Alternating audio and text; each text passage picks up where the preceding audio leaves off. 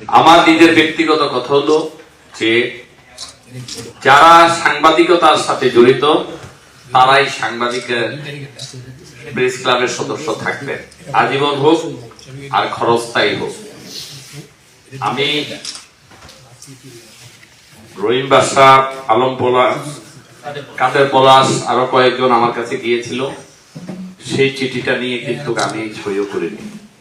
আজকে অভিনয়ের সাথে আপনাদেরকে বলতে চাই যে আমি এই জায়গার মানুষ না, আমি সাংবাদিকতার কাজ করতে পারি না, আমি শুধু সাংবাদিকদের ভাষা বুঝি, সুতরাং আমি এই জায়গাতে থাকতে চাই না।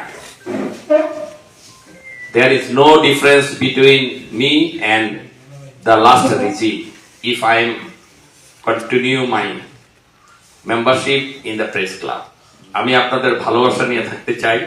আপনাদের যে কোনো সময় যখনই কোনো প্রয়োজন হবে আপনাদের পাশে আমি আছি, থাকবো।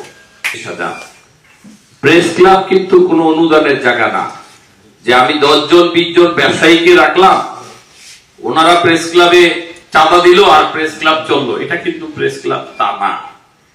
আমি বাংলাদেশের প্রেস ক্লাবের এই একটা জায়গায় পরে 2-1 গেছিলাম আমাদের ওই আবদাল ভাইয়ের সাথে দেখা করতে, গাজী ভাইয়ের সাথে দেখা। সুতরাং যেহেতু আমি চাঁদপুরকে চিনি, আমি জায়গায় স্নেহের জায়গা, এবং এইটা যেন সুন্দরভাবে চলে।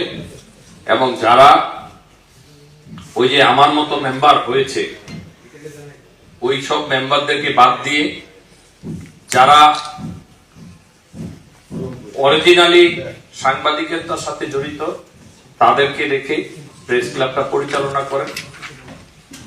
ভিন্ন মতের কথা বলার স্বাধীনতা রাখতে হবে প্রেস ক্লাবে। আস্তে আস্তে সেই স্বাধীনতা কমে যাচ্ছে বিভিন্ন জায়গায়, সেই স্বাধীনতাটুকু রাখতে হবে।